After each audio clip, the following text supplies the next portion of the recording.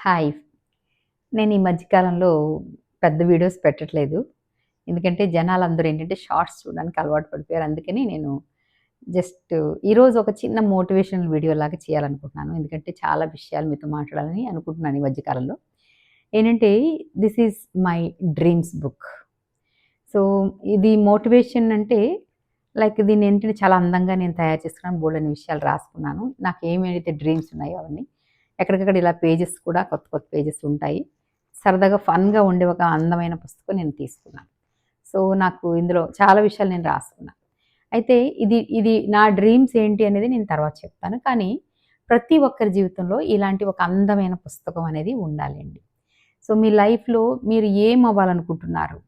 నేను ఈరోజు ఒక మంచి కొటేషన్ విన్నాను. ఎవరైతే చిన్నప్పుడు డ్రీమ్స్‌తో అంటే చిన్న పిల్లలప్పుడు చాలా మంచి మంచి డ్రీమ్స్ ఉంటాయో, వాళ్ళు పెద్దయిన తర్వాత ఒక విజనరీస్‌గా తయారవుతారని చెప్పారు. సో, నాకు బాగా గుర్తుంది.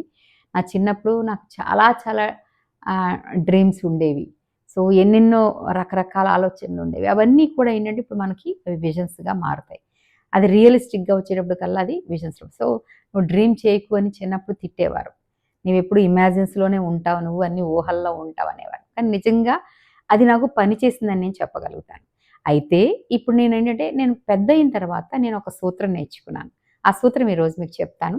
నేనెప్పుడు హెల్త్‌ని దాటి వెళ్ళట్లేదు. ఎందుకంటే హెల్త్‌ని చెప్తూనే ఒక చిన్న మోటివేషన్ కూడా ఇస్తున్నాను. ఏంటి అంటే ఈ ఈ బుక్ ఎందుకు?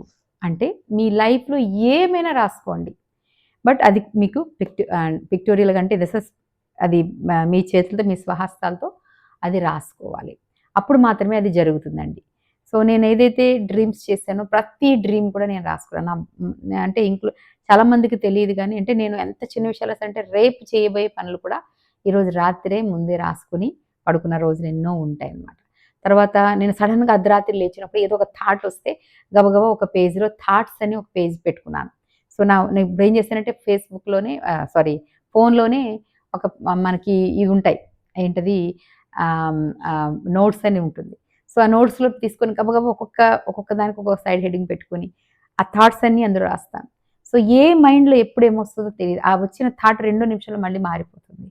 సో, కొన్ని సొల్యూషన్స్ దేవుడు మనకిస్తాడు లైఫ్‌లో. అవన్నీ కూడా మనం ఎప్పటికప్పుడు రాసుకోవాలి. సో, అలాగే ఇంకొక ఇంపార్టెంట్ పాయింట్ ఏంటంటే, మీ గోల్స్‌లో మీరు స్పెసిఫిక్‌గా రాసుకోవాలి.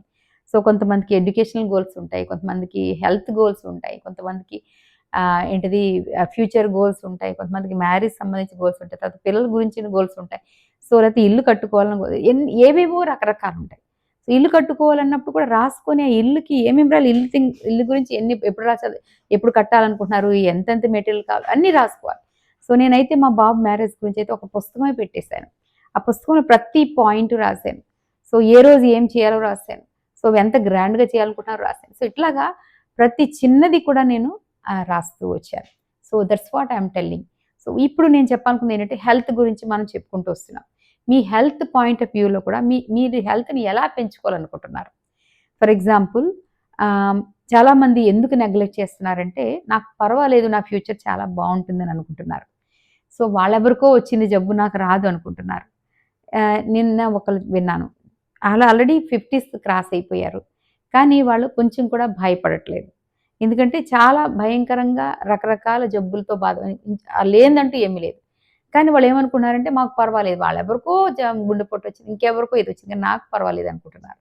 So, this is very wrong అండి. ఇది మీరు వెంటనే మీ మీ యొక్క బ్లడ్ టెస్ట్‌లు తీసుకొని మీరొక పేజ్‌లో పెట్టుకొని మెయింటైన్ చేయండి. పెద్దవాళ్ళైతే. చిన్నవాళ్ళు కూడా. సో, ఇప్పుడు మీకు ఎప్పటికప్పుడు 6 నెలలకొకసారి లేకపోతే 1 ఇయర్‌కొకసారి కంపల్సరీగా 6 నెలలే ఇంక 1 ఇయర్ అని పెట్టుకోకండి. ప్రతి 6 నెలలకొకసారి మీరు బ్లడ్ టెస్ట్ చేసుకొని, రిపోర్ట్స్ చేసుకొని అంతకుముందుకి ఇప్పటికి ఎలా ఉంది? సో, ఇంతకుముందు మీ లో ఏం డెఫిషియన్సీ ఉన్నాయి? ఇప్పుడు ఇంకా ఏం ఓవర్‌కమ్ చేశారు? ఇంకా డెఫిషియన్సీ ఎంతుంది?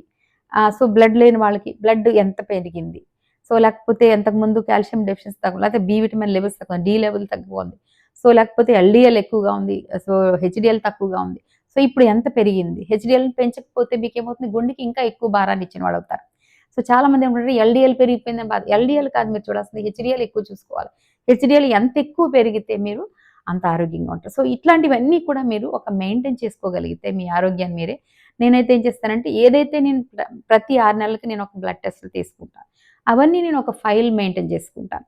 ఒక ఫైల్‌లో పెట్టుకున్నప్పుడు అవన్నీ కూడా మీకు క్లారిటీ వస్తుందనమాట. సో, హెల్త్ గోల్స్ పెట్టుకున్న వాళ్ళు కూడా ఇది దయచేసి టార్గెట్ పెట్టుకోండి. ఎట్టి పరిస్థితిలో ఇది అంటే నేను చెప్పినవి సింపుల్‌గా తీసుకోకండి. రోజులు అస్సలు బాలేదు. వచ్చే రోజు ఒక్కదాని తర్వాత ఒకటి చూస్తున్నాం కదండీ! చాలా దారుణంగా ఉన్నాయి. సో, మీరు తినే ఆహారం దగ్గర నుంచి అన్నీ కల్తీ అయిపోయింది. ఎప్పుడు ఏది ఎట్లా వస్తుందో తెలీదు. సడెన్‌గా నిన్న మాట్లాడిన వాళ్ళు రేపు మాట్లాడతన్న వాళ్ళు మాట్లాడలేని పరిస్థితులు అయిపోతాయి. పోనీ ఏమైనా జబ్బులున్నాయంటే ఏమీ లేవు. సో, చాలా బాగా తిరిగే వాళ్ళు కూడా మరుసటి రోజు ఏమైపోతుంది. కాబట్టి మీరు అది నాకు రాదు అని అనుకోవద్దండి. సో, వాళ్ళెవరికో వచ్చింది క్యాన్సర్ నాకు రాదనుకోవద్దు. సో, నేను చాలా సార్లు చెప్తాను. మీరు పీసీఓడీ దగ్గర నుంచి ఎంత అంటే ఎంత భయపడిపోతున్నారో చాలామంది ఓకే. కానీ కొంతమంది అసలు భయమే పడట్లేదు. సో, ఎంత చిన్న చిన్న విషయాల్ని కూడా సింపుల్‌గా తీసుకోవాల్సిన విషయాలు కూడా చాలా ఏంటిది ఎక్కువగా తీసుకుంటున్నారు కొంతమంది. కొంతమంది ఎక్కువగా తీసుకోవాల్సిన విషయాలు చాలా సింపుల్‌గా తీసుకుంటారు. ఇవన్నీ కుదరదండి. ప్రతి చిన్నదానికి ఓకే. నేను ఒక వీడియో కూడా చేశాను. ఏంటంటే, వన్ షాట్ 10 బర్డ్స్ అని చెప్పి. అంటే ఒకే ఒక్క ఇన్సులిన్ రెసిస్టెన్స్ గురించి తెలుసుకోగలిగితే కొన్ని 100 జబ్బులు మీరు బయటపడొచ్చు. సో, డైట్‌ని కూడా తెలుసుకోండి. సో, తప్పనిసరిగా మీరు మీ హెల్త్ గైడ్‌ని కన్సల్ట్ చేయండి. సో, నేను గూడా మీకు హెల్ప్ చేస్తానికి రెడీగా ఉన్నాను. ఓన్లీ మీరు చక్కగా తినగలిగే వస్తువులతోనే, మీకు ఇష్టంగా తినగలిగే వస్తువులతోనే నేను ఎలా చేయాలో చెప్తాను. అంతే తప్ప అన్నం మానేసేయటమో, లేకపోతే ఏదో షేకులు ఇచ్చేయటమో, లేకపోతే ఏదో మీ మీద బర్డెన్ పెట్టడం అదేముండదు. సో, నమ్మండి. నా నా ఆశ ఏంటంటే భూమి మీద డయాబెటిస్ లేని ప్రపంచాన్ని నిర్మించాలి. మన వంతు సహాయం మనం కొంచెం చేయాలి. సో, భూమి మీద ఈ చిన్న చిన్న భయంకరమైన అంటే చిన్న సమస్యల్ని ఎంత సింపుల్‌గా పోయేదాని కోసం ఎంత కాళ్ళు చేతులు పోగొట్టేసుకుంటున్న వాళ్ళని చూసి నాకు జాలి వేస్తుంది. ఇలా వెళ్ళి చనిపోతున్న వాళ్ళు, క్యాన్సర్‌లు తెచ్చుకున్న వాళ్ళని. నాకు 10 సంవత్సరాలుగా చిన్న జ్వరం గూడా నాకు తెలీదని చెప్పాను చాలా సార్లు. చాలా మందికి చెప్పుంటాను.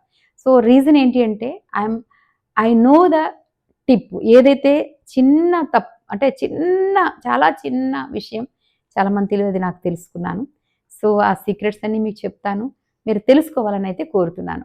All the very best. Maintain the book is my slogan. All the best.